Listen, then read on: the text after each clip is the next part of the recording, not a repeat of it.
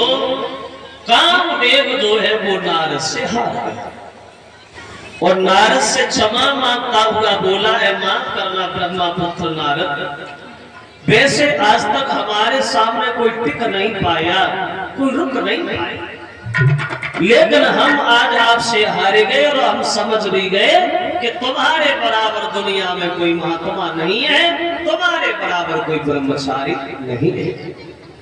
कामदेव ने प्रशंसा की, लेकिन नारद की जब आंखें खुली तो नारद को अपने ऊपर घमंड हो गया। वो एक बात जरूर ध्यान रखना, घमंड ही इंसान को पतन की तरफ धकेल ले जाता है। घमंडी का सर हमेशा नीचा होता है, विद्वान हो, बलवान हो, धनवान हो, लेकिन जिस आदमी के मन में घमंड आना शुरू हो गया समझो अब तो वो गया, घमंड हो गया। मेरे बराबर दुनिया में कोई ब्रह्मचारी नहीं है, मेरे बराबर कोई महात्मा नहीं है, मैंने कामदेव को जीता है और जीत क्यों नहीं लेता, आखिर को बाल ब्रह्मचारी है देवर्षि नारद। मन में घमंड हो गया। अब नारद को तसल्ली कहाँ है, घमंड भूले। अब बीड़ा बजाते हुए नारद प्रशंसा गाते हुए पहुंच गए कैलाश पर्वत में, तो शंकर जी ने नारद का बड़ा सम्मान किया। आइए बाबा जी, आज तो बड़े दिनों में दिखाई दिए, कहाँ रहे नारद? नारद बोले सम्मान से बोलना सीख लो शंकर जी, और क्या मेरे से महात्मा दरवाजे दरवाजे मारे फिरते हैं? सुना नहीं तुम्हें हमारे बारे में बच्चा बच्चा जानता है, मेरे कामदेव को जीता है, मेरे कामदेव को उपजे पाई है और जीत गए लेता, आखिर को बाल ब्रह्मचारी है देवर्षि नारद।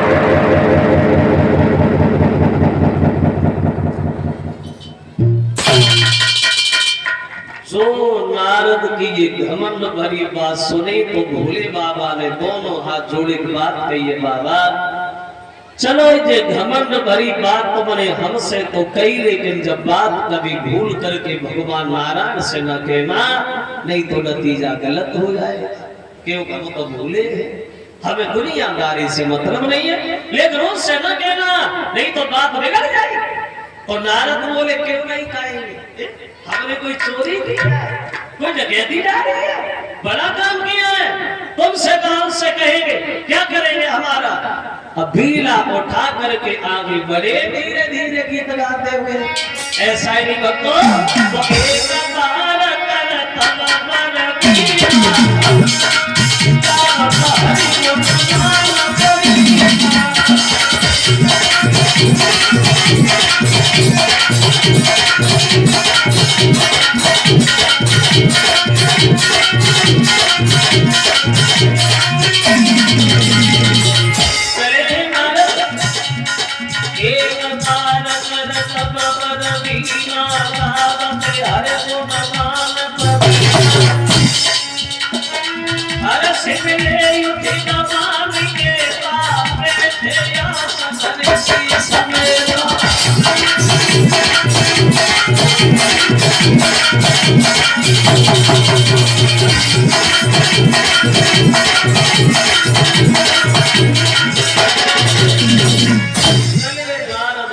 बजाते हुए पहुंचे भगवान नारायण के पास।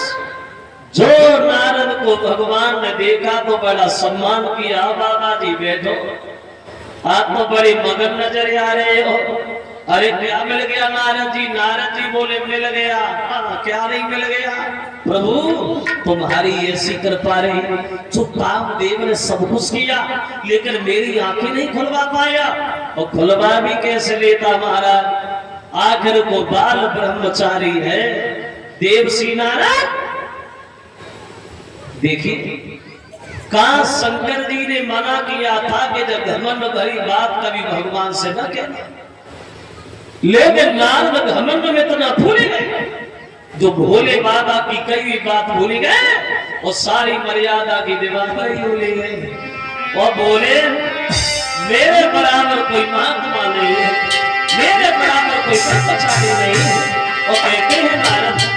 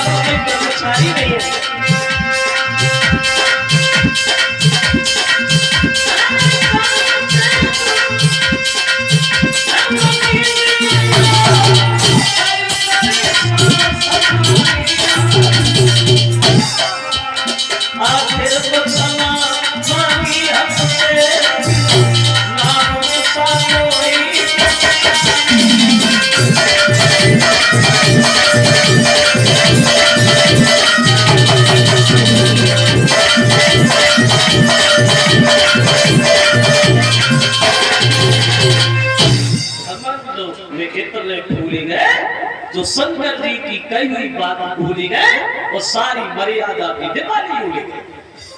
तब तो भगवान ने नारद के मुंह पे नारद जैसी बात कही। बड़ा अच्छा किया नारद तुमने जो कामदेव को जीत लिया। वो कामदेव को जीतना महात्मा के लिए कोई बड़ी बात थोड़ी है। नारद जी बोले हाँ देखो तुम समझ गए, तुम समझ गए, कोई छोटा काम बड़ा काम। उठे और चले गए।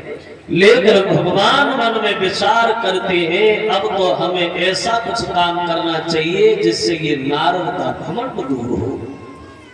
अब नारद के घमंड को दूर करने के लिए भगवान ने अपनी माया फैलाई। एक बड़ा सुंदर नगर बसाया जिस नगर के राजा के नाम पड़ा है शीलनिधि। और उन्हीं महाराज के घर में एक विश्व मोहनी नाम की लड़की पैदा हुई। घमंड दूर कर। अब लड़की धीरे धीरे एक दिन वो होगा जो जवान हो गई, शादी के योग्य हो गई। तो शीलनिधि ने अपनी बेटी का किया स्वयंवर। क्या किया? स्वयंवर। लड़की अपने पति को स्वयं ही करे, उसे कहते थे स्वयंवर। और गंधर्व विवाह किसे कहते हैं? बोले गंधर्व विवाह उसे कहते हैं जिसे आजकल कहते हैं लव मैरिज, प्यार में शादी।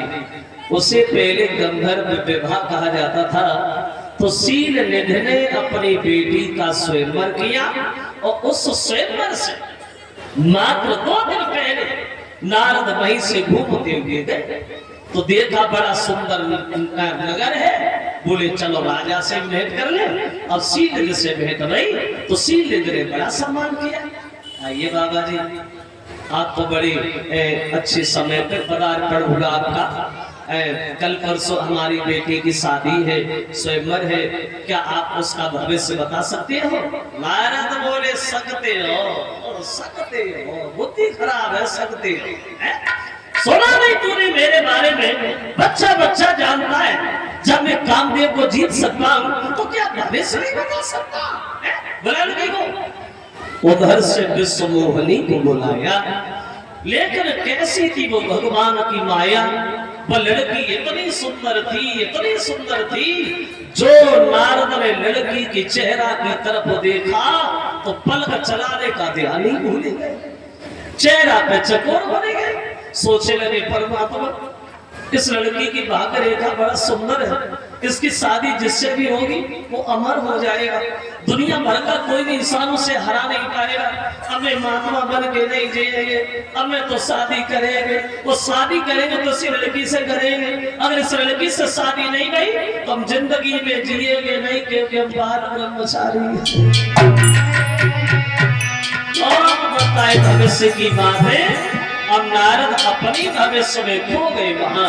वो ऐसा ही नहीं तो छोड़ कर हाथ बेटी का नारद चले और दिल में बातें छुपी छुपी।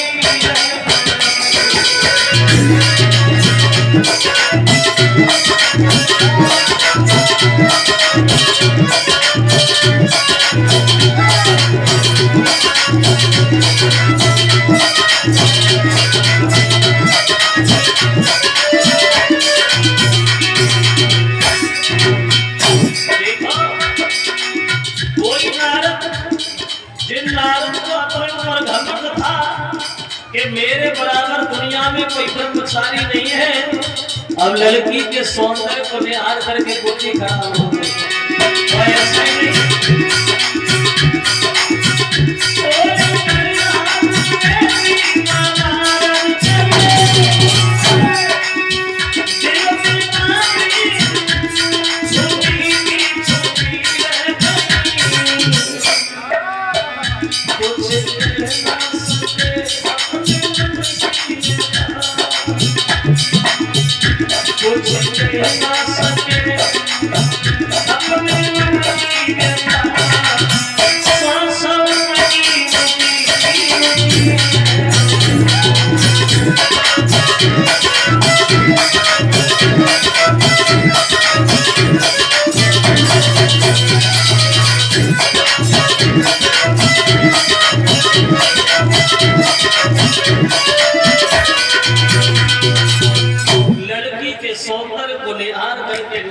बड़े व्याकुल हो रहे हैं। मैं इतना सुंदर नहीं जो लड़की देखते ही देखते मेरी गर्दन में जयमाला डाले, वो इतना भक्त नहीं है जो मैं तपस्या करके सुंदर बन जाए। मात्र 2 दिन बचे हैं, अब करे तो करे क्या। बड़े हैरान, बड़े परेशान। अब ऐसा ही मत करो, अब देना में पड़े न चैन और रात को नींद ना दिए।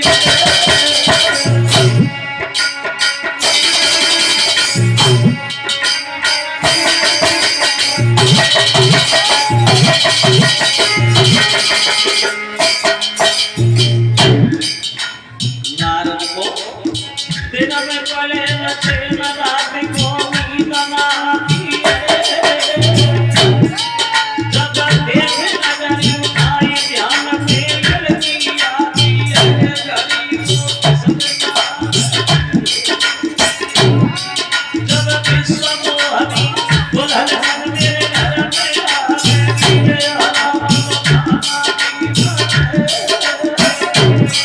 और सोचदार लड़की के अब नहीं क्या करूं क्या करूं। 2 दिन बचे, किसी और से शादी होगी तो मैं कहाँ जाऊंगा। और दोष भी नहीं है नारद का। कभी कहते हैं ये प्रेम की जंजीर वीर तुम भूतम दीवाना। जब नाई जाति में तुझे सबकी बीमारी जाने हमेशा और बुद्धि करे काम करे तो मिल प्रेमी वाला मेरे हराम खाना हो गए। आए दिन में पड़े न बात को बनाया।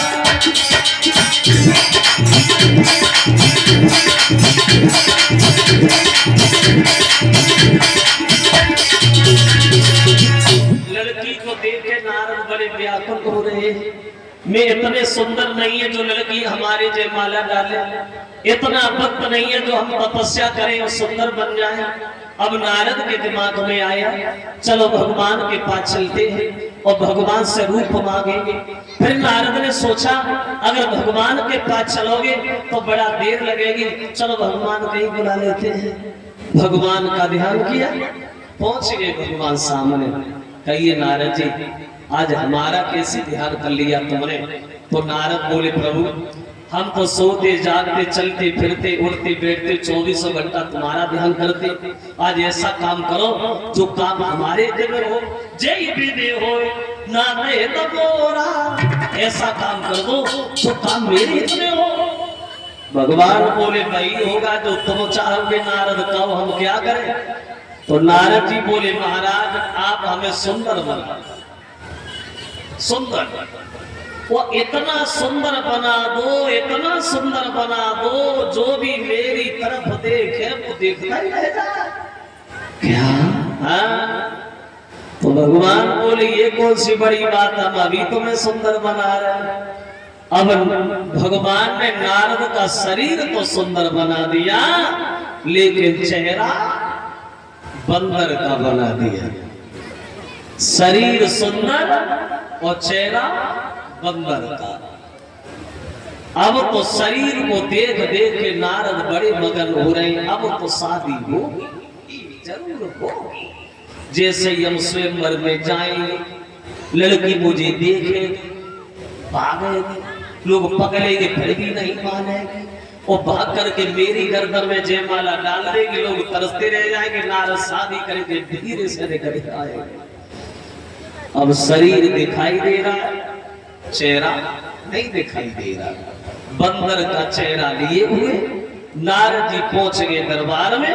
जब स्वयंवर है सब लोग बैठे हैं तो सबसे ऊंचे से सिंहासन पे नारद विराजमान हुए हैं। सबसे ऊंचे हमें ही लोग देखे अब सुंदर कितने हैं। शंकर जी के दो गल घूम रहे थे ब्राह्मण बन के दरबार, देखा भाली कर रहे थे। तो नारद की तरफ देखा तो एक दूसरे की तरफ देख के हंसने लगे, कहने लगे भैया नारद बड़े सुंदर दिखाई दे रहे हैं आज। अब तो और ज्यादा घमंड खड़े हो गए, हमें देखो हम सुंदर कितने हैं। तब तक बहेगल की विश्व मोहनी जयमाला लेकर के दरबार में प्रवेश करेगी। और जो लड़की को नारद ने देखा तो नारद उठे और लड़की के सामने खड़े हो गए, तो अपनी गर्दन आगे बढ़ा दी। एक नजर लड़की ने नारद को देखा, दोबारा मुड़ के नहीं देखा। अब नारद को ऐसा लगता था जैसे मानो उनका कोई कलेजा निकाले लिए जा रहा है, ऐसा लगता था जैसे दौलत से भंडार कोई भरा हुआ छीने लिए जा रहा है। लड़की आती है घूम करके, नारद सामने होते हैं लेकिन उसने नजर ही नहीं डाली। जब राजा का रूप बनाए भगवान बैठे, लड़की आगे बढ़ी, उस लड़की ने भगवान के गर्दन में जयमाला डाली। और जैसे ही भगवान के गर्दन में जयमाला डाली, नारद को गुस्सा आ गया। पागल है ये लड़की, बिल्कुल अज्ञान है ये लड़की।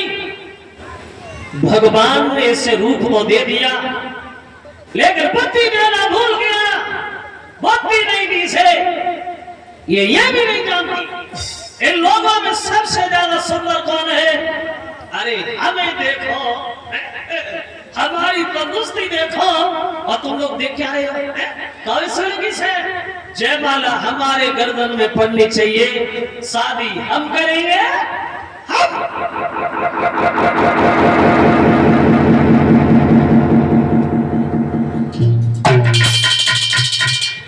अब हरि गण बोले मुस्काई, और निज मन मुकुट बिलो कहु जाहि।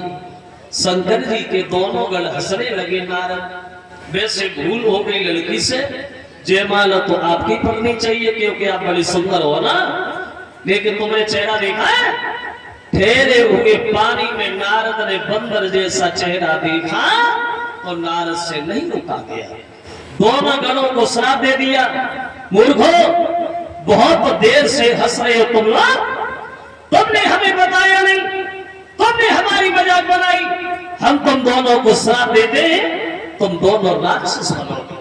और क्रोध में आए, बीड़ा उठाए और दूर फेंक दिया। जब भगवान को भी नहीं छोड़ गया, कहीं शादी कर ली, दुनिया के लोग कुआरे मर जाओ।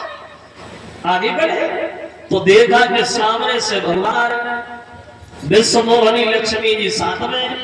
तो नारद की तरफ देखा तो भगवान ने सवाल कर दिया, कहाँ जा रहे हो नारद।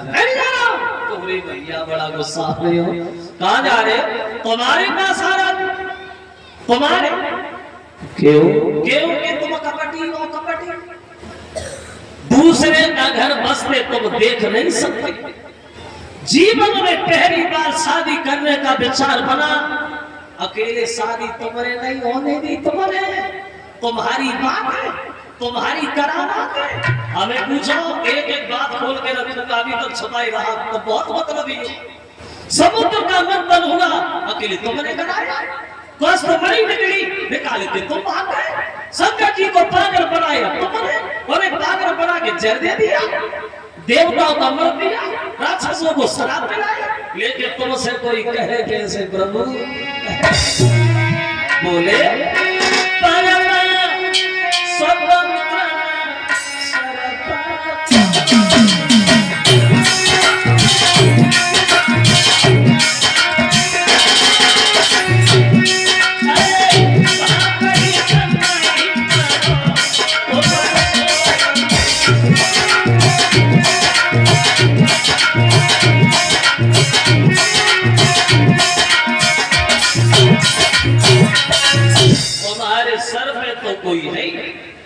जो मन में आता है वही कर बैठते हो नारायण, लेकर भले घर में ना दिया है तुमने। जिस लड़की के पीछे मुझे भोजन अच्छा नहीं लगा, जिस लड़की के पीछे मेरी रात की नींद हराम हो गई, उस लड़की को छीन के तुम ले तो जा रहे हो, ले जा। एक दिन वो होगा, इसी लड़की के पीछे तुम्हें भूतल पे जाना पड़ेगा। और जो बंदरों का चेहरा देख करके तुमने हमारी हंसी की है, यही बंदर तुम्हारी सहायता करेंगे, ये हमारा श्राप है। बाद में जब भगवान ने अपनी माया हटाई है तो नारद ने क्या देखा, ना मां विश्व मोहनी न लक्ष्मी जी, ये कोई नहीं है। तब नारद को ज्ञान हुआ, पैरों पे गिर पड़े, बोले प्रभु हम शादी नहीं नहीं नहीं, हम तो बाल ब्रह्मचारी है। भगवान बोले जो होना था वो हो गया ब्रह्मचारी जी। अगर तकलीफ है मन में तो जब हो जाए शंकर सतनामा और हुए है हृदय तुरंत विश्राम। अगर तुम्हें परेशानी है, मन में दुख है, तो शंकर जी का भजन करो, क्योंकि शंकर जी के भक्त हमें बहुत प्यारे हैं। तो विद्वान कहता है विश्व मोहनी सीता बनी, विष्णु भगवान राम बने, शंकर जी के दोनों गण रावण कुंभकर्ण बने, बंदरों ने राम की सहायता की, इसलिए प्रभु श्री राम को भूतल पे आना पड़ा, इसलिए अवतार हुआ था श्री राम का। छठे छठे दिन